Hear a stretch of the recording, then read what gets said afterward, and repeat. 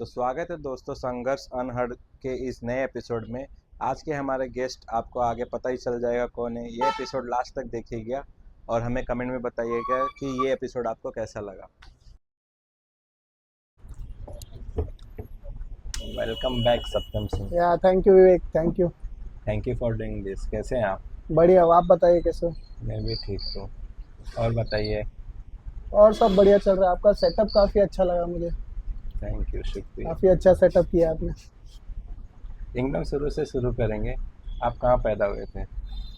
सो मेरा जन्म इधर ही कल्याण मुंबई में हुआ था, रेलवे अस्पताल में। हम्म। मेरा जो चाइल्डहुड है वो वही यहीं बीता है पूरा, उल्लासनगर में। हम्म। और अभी भी मैं यहीं रह रहा हूँ। और स्कूलिंग वगैरह बॉर्न अप कैसे हुए आप? सो स्कूलिंग मैंने अपने उल्लासनगर एक आरजीएस स्कूल करके था, वहीं से मैंने की। अपना जो ग्रेजुएशन था, जो मैंने 12th था, वो मैंने यहीं से किया, सीएचएम कॉलेज से। हम्म। देन उसके बाद मैंने अपना पोस्ट ग्रेजुएशन किया, वो जो कि बेंगलोर से किया। पोस्ट ग्रेजुएशन आपने बैंगलोर से किया। फिलहाल आप क्या जॉब कर रहे हैं? अभी तो मैं एनबीएफसी कंपनी में हूँ, एज अ पोर्टफोलियो मैनेजर में काम कर रहा हूँ अभी। हम्म। तो ये करने के लिए क्या स्टडीज़ करनी पड़ती हैं, कैसे प्रोसेस करना पड़ता है इसको? स्टडीज़ के लिए आप एज अ तो आप कॉमर्स कर सकते हो। हम्म। उसके बाद आपको काफ़ी सारे ऑप्शंस मिल जाते हैं, उसमें से एक ऑप्शन आपका बैंकिंग होता है। हम्म। तो आप ग्रेजुएशन इन कॉमर्स करके भी ये लाइन में आ सकते हो। बाकी दूसरी फील्ड भी है आने के लिए, पर एज अगर आप कॉमर्स करेंगे तो आपके लिए थोड़ा इजी बन जाता है औरों के हम्म। कंपैरिजन में। तो जैसा बैंकिंग मतलब कॉमर्स करके बैंकिंग करना पड़ता है कि ये जैसा डिप्लोमा टाइप अलग से नहीं फील्ड है? नहीं। सो आप 10वीं तो आप करते हैं, उसके बाद आप 10+2 अपना एचएससी कर लेंगे। हम्म। देन उसके बाद 3 इयर्स का ग्रेजुएशन इन बीकॉम करके अभी आप ये इसमें एंटर कोर्स कर कर सकते हैं। सकते। यस। ठीक है, मतलब बीकॉम पास करने के बाद देन क्या करना है? आपने अगर एक बार बीकॉम क्लियर कर लिया तो ऐसे तो आप मार्केट में एंटर होने के लिए आप रेडी हो जाते हैं। हम्म। पर सिचुएशन ऐसा होता है कि आपको एज अ फ्रेशर आपको कंसिडर नहीं किया जाता मार्केट में। ओके। तो आपको एज अ फ्रेशर आपको या तो कहीं कंपनी में आपको एक हम्म। लो लेवल से आपको शुरू करना पड़ेगा। वो हम्म। पहला ऑप्शन है। हम्म। दूसरा ऑप्शन जो कि आजकल ट्रेंड में है एंड काफ़ी बैंक्स जो अप्लाई कर रहे हैं, जो हम्म। फॉलो कर रहे हैं, वो एक उनका एक प्रोग्राम होता है जो वो स्टूडेंट्स को ट्रेन करके वहाँ के थ्रू रिक्रूट करते हैं अपने हर सारे बैंक का उसको। अपना। या हर बैंक अपना ये एक प्रोग्राम रन कर रहा है and उसके थ्रू वो हम्म। रिक्रूट करता है। तो आपने ये कैसे किया? सो मेरा जो था कि मैंने अपना कॉमर्स की डिग्री मैंने पहले तो ली, हम्म। ग्रेजुएशन की डिग्री। हम्म। देन उसके बाद मैंने एक साल अपना गवर्नमेंट एग्ज़ाम के लिए प्रिपेयर किया कि मुझे हम्म। बैंकिंग लाइन में ही जाना था, लेकिन गवर्नमेंट गवर्नमेंट बैंक में बैंक्स में। जाना था। सो मैंने एक साल पूरा वही प्रिपेयर किया। हम्म। देन मुझे लगा कि अब मेरे से नहीं हो पाएगा शायद, तो फिर मैंने हम्म। उसके दूसरे अल्टरनेटिव देखे तो मुझे मालूम पड़ा कि प्राइवेट बैंक्स भी कुछ है हम्म। जो ये कोर्सेज करा के हम्म। जॉब देती है। तो मैंने फिर वो रोड अपनाया एंड मैंने देन वो वाला कोर्स करके आईसीआईसीआई का देन मैंने इस फील्ड में आया। गवर्नमेंट बैंक्स में ज़्यादा बेनिफिट होता है क्या इसमें, मतलब क्या है? डेफिनेटली आप अगर आप गवर्नमेंट बैंक में काम करें तो आपको भी पता होगा कि ये तो हर अगर आप पैदा होते तो आपको बोला जाता है कि आप गवर्नमेंट गवर्नमेंट नौकरी जॉब हो का। तो सोने पे सुहागा। हम्म। पर आजकल गवर्नमेंट जॉब धीरे धीरे कम हो रही है क्योंकि अब प्राइवेटाइज हो रही है सारी चीज़ें। तो हम्म। गवर्नमेंट भी चाहती है कि प्राइवेट सेक्टर का रोल उतना ज़्यादा हो as compare to government sector.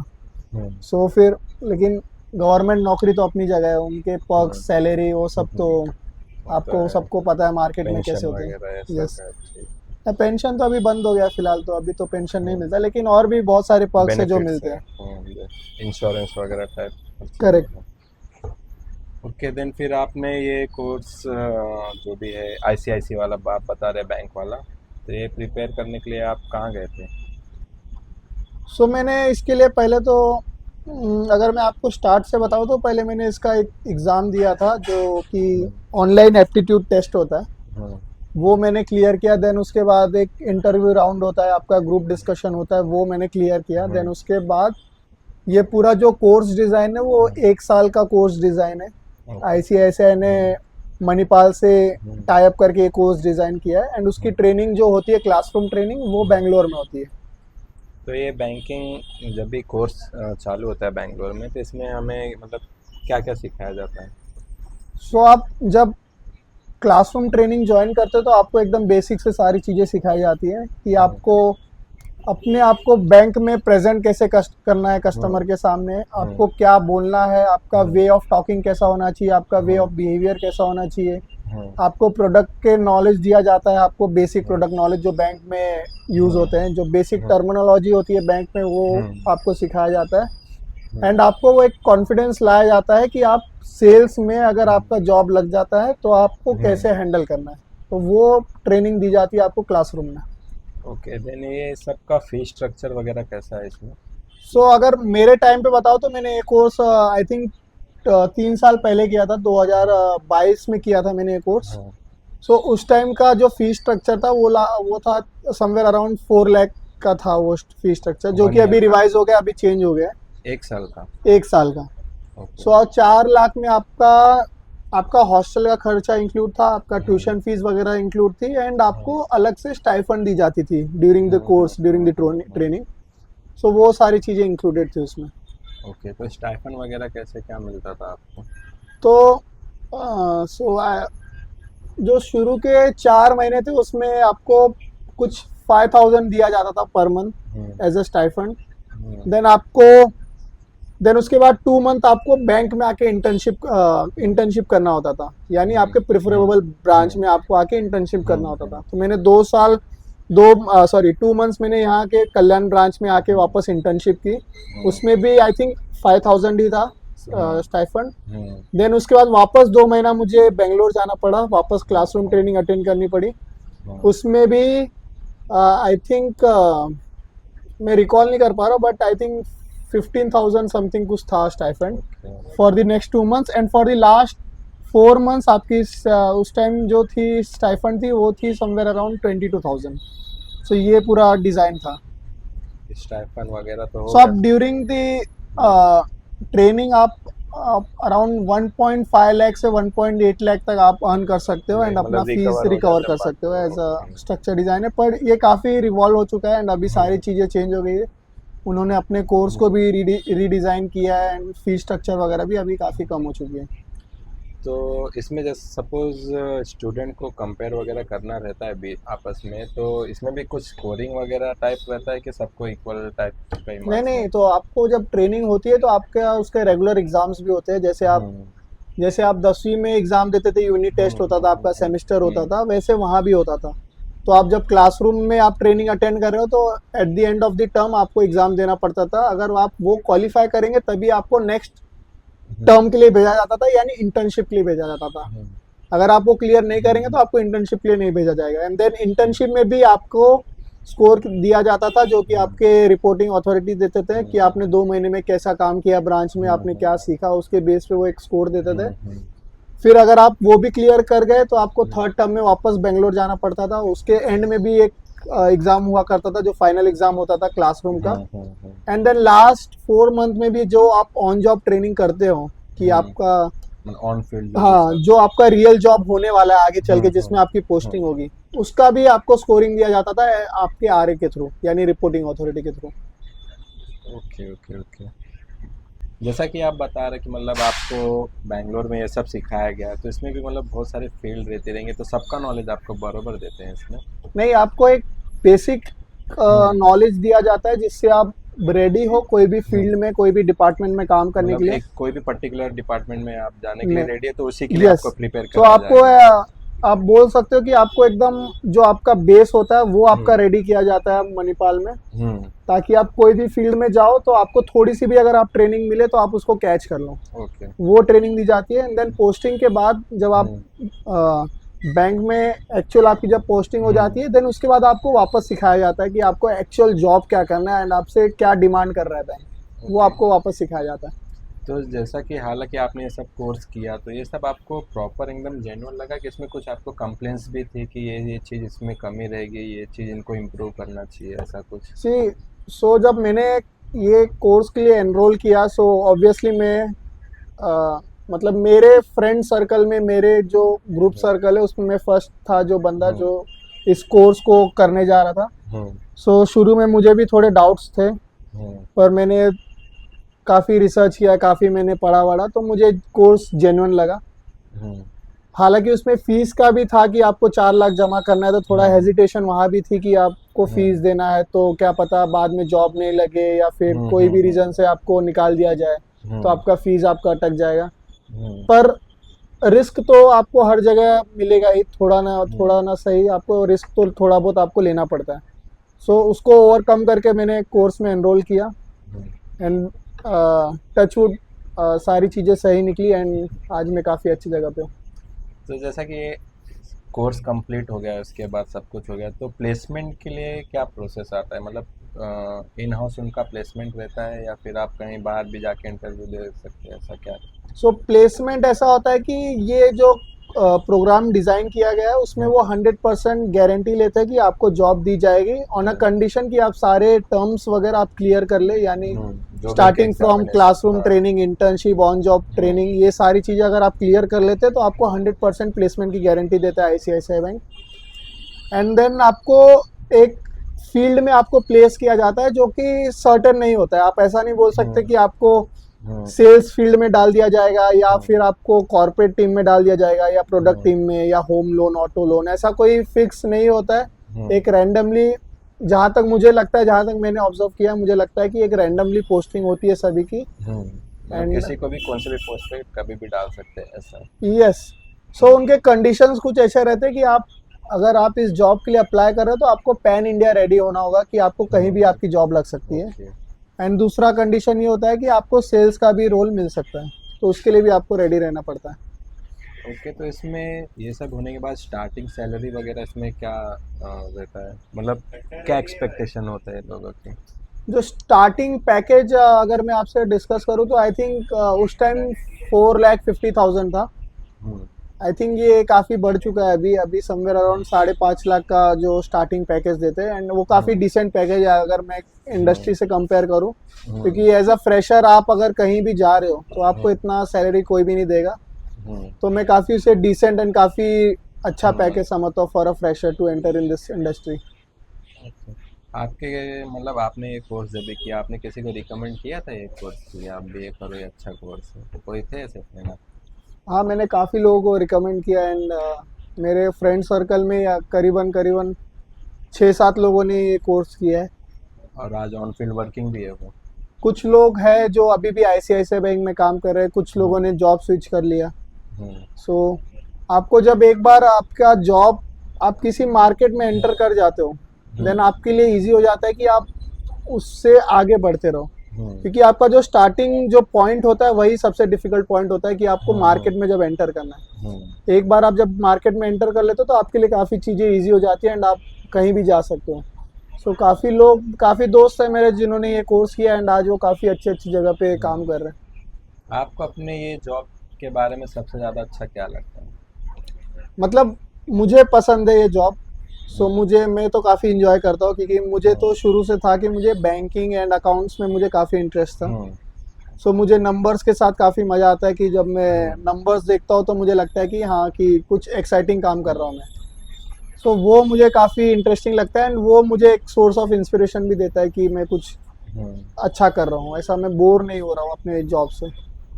तो जॉब के दौरान, काम करने के दौरान आपको कुछ बोनस वगैरह भी मिलता है इन केस आपने कुछ अचीव किया ये सब वगैरह?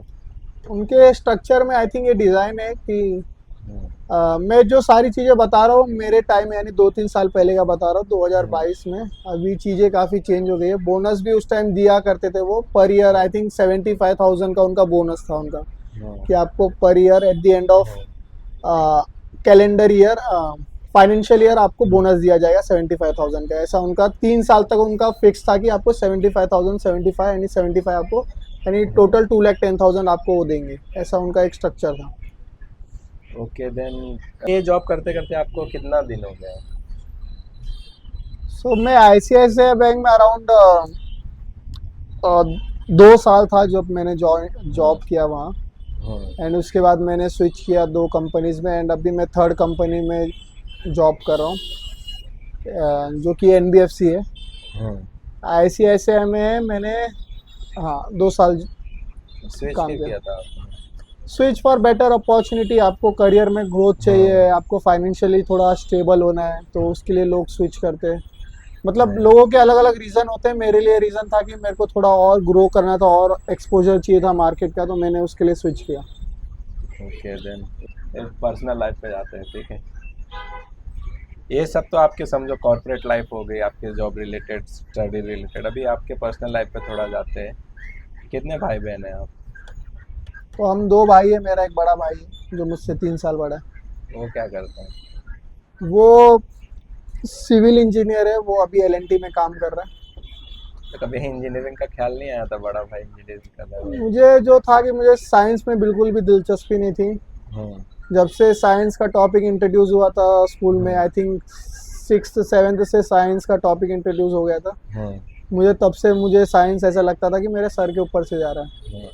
एंड 10th में भी एक बेस्ट ऑफ 5 का क्राइटेरिया होता था, उसमें भी मेरा साइंस जो सब्जेक्ट था वो बेस्ट ऑफ 5 में निकल गया था। मतलब आपके अगर 6 सब्जेक्ट आपके होते हैं एग्जाम, हाँ, और उसमें से बेस्ट ऑफ 5 बोर्ड कंसिडर करता है कि आपके जो भी बेस्ट 5 सब्जेक्ट रहेंगे उसके हम मार्क्स कंसिडर करेंगे। तो उसमें मेरा साइंस बाहर निकल गया था, तो आप समझ सकते हो कि मेरा साइंस कितना वीक था। तो मुझे इंटरेस्ट तब से ही नहीं था कि मुझे साइंस फील्ड में जाना है। भाई के साथ बॉन्ड कैसा है आपका? भाई के साथ बहुत मतलब एक बड़े भाई वाला बॉन्ड है कि इतना से हम झगड़ते नहीं, एक म्यूचुअल रिस्पेक्ट है एक दूसरे के लिए। बातें थोड़ी कम होती है पर एक रिस्पेक्ट बना हुआ है, एक अंडरस्टैंडिंग है कि कुछ काम रहेगा तो वो मुझे बात कर लेगा, मुझे कुछ रहेगा तो मैं बात कर लूँगा। कहीं मारा है भाई ने? ऑब्वियसली मार तो सब खाते हैं। आप सबसे ज्यादा करीब किसके मम्मी पापा में? आई थिंक मैं मेरे पापा से ज़्यादा करीब हूँ। स्ट्रिक्ट मम्मी है? हाँ, स्ट्रिक्ट तो मेरी घर की जो होम मिनिस्टर है वो मेरी मदर है। सो जो मैं काफ़ी चीज़ें जो शेयर करता हूँ मैं मेरे पापा के साथ करता हूँ। स्पिरिचुअल हो आप? क्या हो? स्पिरिचुअल तो मैं, हाँ बिल्कुल। सो आई थिंक 4 या 5 साल का था तब से मुझे बैठ गया था कि आपको कि भगवान से आपको लगाव होना ज़रूरी है, तो शुरू से ही बैठा था।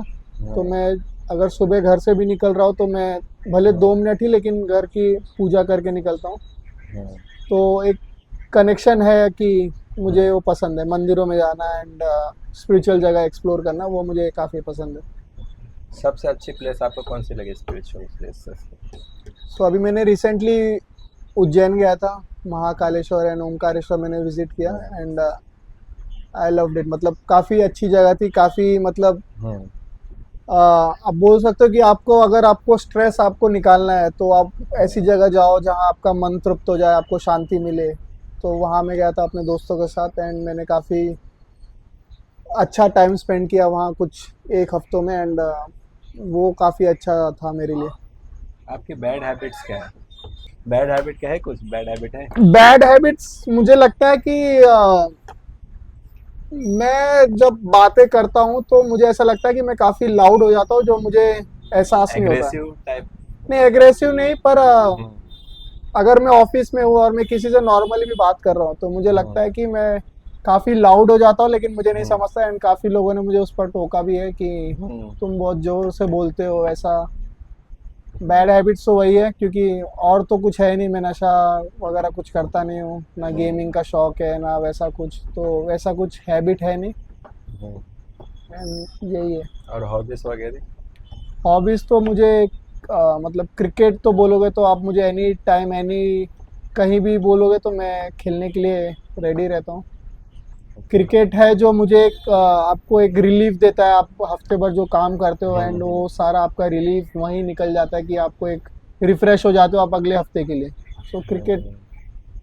आपके डैडी क्या जॉब करते हैं?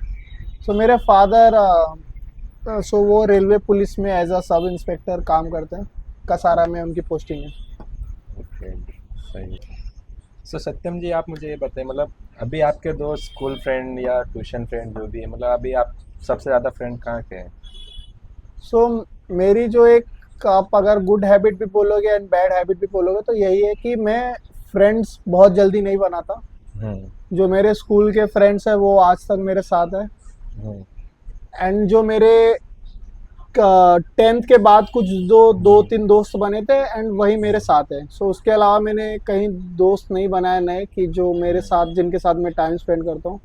ऑफिस में भी जो दोस्त मेरे बनते हैं वो सिर्फ हाय बाय एंड वो ऑफिस तक ही सीमित रहते हैं, बाकी जो मेरे दोस्त हैं वो बचपन वाले ही सारे दोस्त हैं।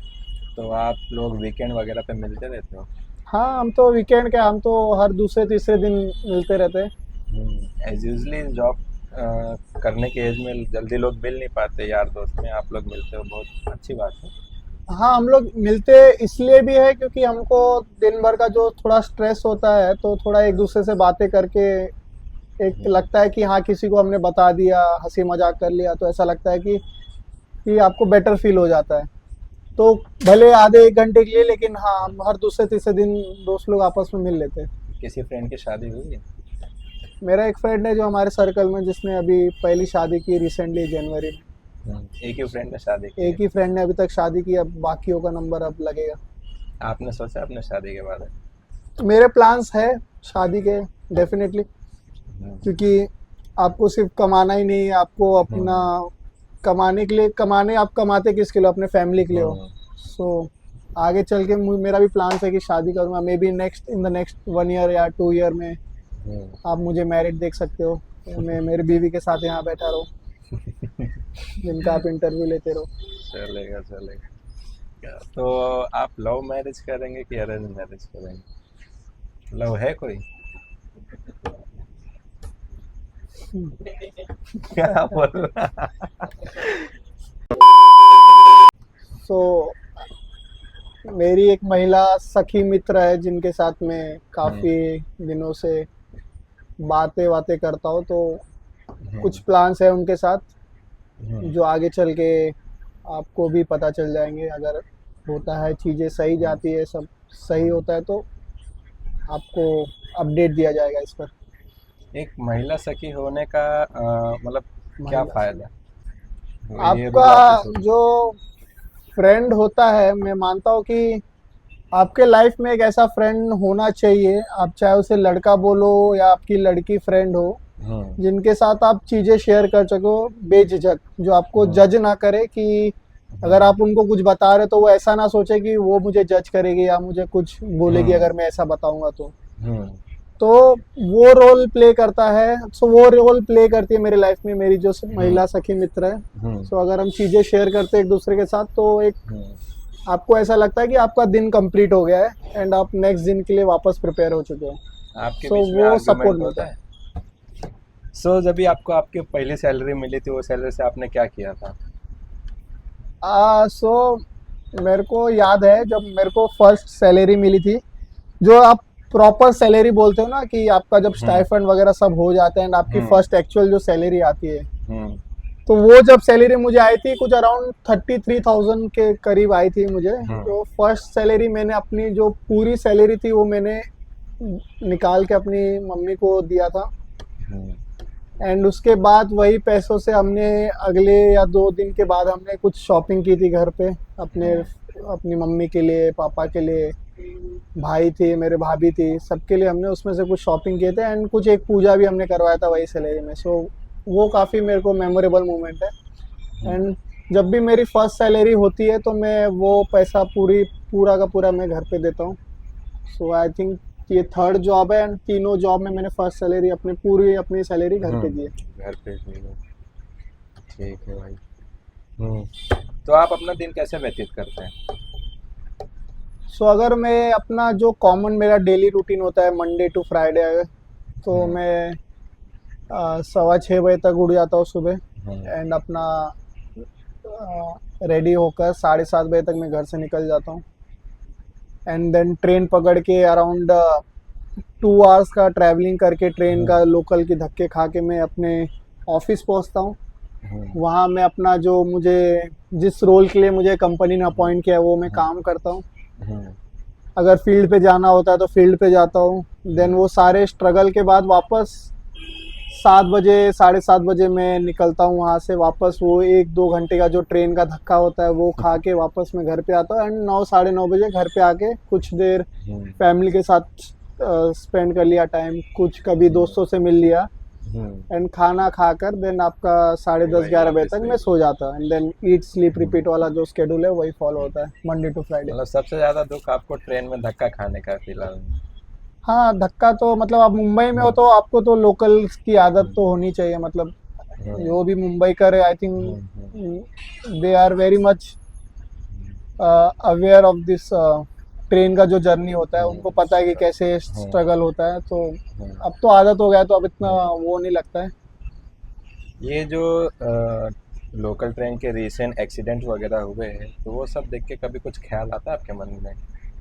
ख्याल आता है कि आप मतलब काफ़ी लोगों के लिए मैं सोचता हूँ, क्योंकि मैं पर्सनली मैं तो कभी मैं वो रश अगर बहुत ज़्यादा होती तो मैं कभी भी डोर पे ट्रैवल नहीं करता हूँ। ये मेरा प्रिंसिपल है। अगले जो भी मैंने 3 साल अभी तक जॉब की है, मैंने कभी भी डोर पे खड़े होकर ट्रैवलिंग नहीं की है। उतना रिस्क मैंने आज तक नहीं लिया है। पर मैं दूसरों के लिए सोचता हूँ जो कि इतना लटक के जो डोर पे खड़े होते हैं एंड रोज कोई ना कोई अपने लाइफ से लाइफ खो बैठता है। सो उनके लिए मेरे को थोड़ा लगता है कि क्यों कर रहे हैं ऐसा। उनकी भी फैमिली होगी, सो वो थोड़ा सा है मन में, पर क्या कर सकते हैं, लेकिन मैं वो रिस्क कभी नहीं लेता। ओके। आप अपने होम टाउन वगैरह जाते हैं?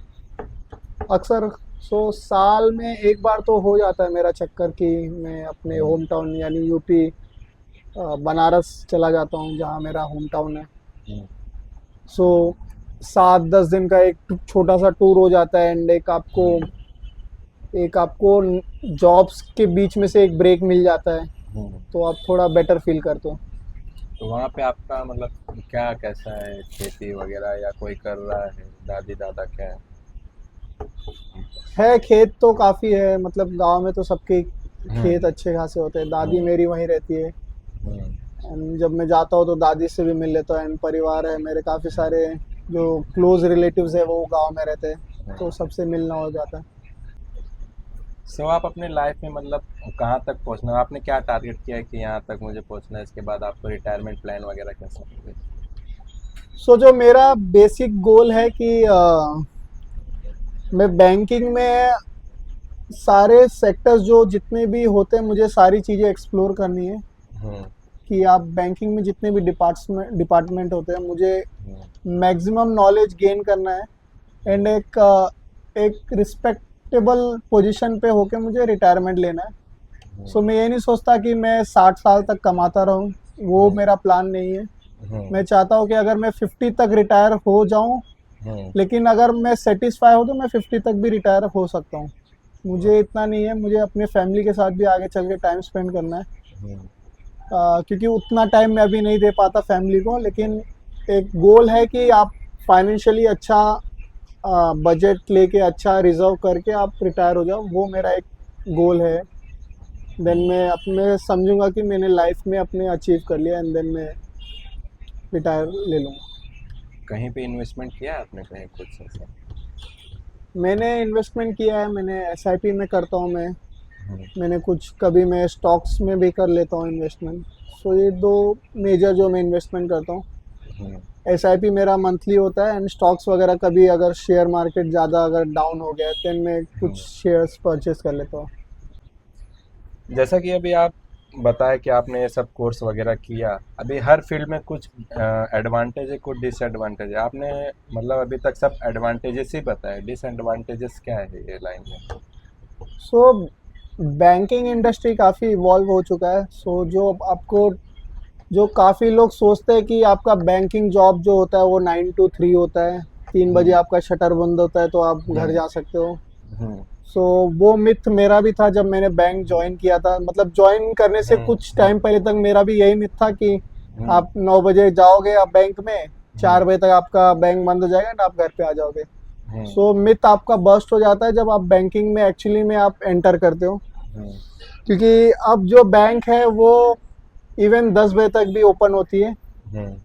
कस्टमर लोग के लिए तो 3 बजे अब बैंक क्लोज हो जाती है, लेकिन जो अंदर काम चलता रहता है वो कुछ बैंक्स में 8 से 3 बजे तक होती रहती है। 3 बजे रात तक? नहीं सॉरी, 10 बजे तक खुली रहती है। कुछ बैंक्स जो 10 बजे तक भी काम करते हैं। एंड जो मुझे लगता है, जो मैंने 3 साल में देखा है कि आपको प्रेशर काफ़ी दिया जाता है कि आपको प्रोडक्ट बेचने बैंक के।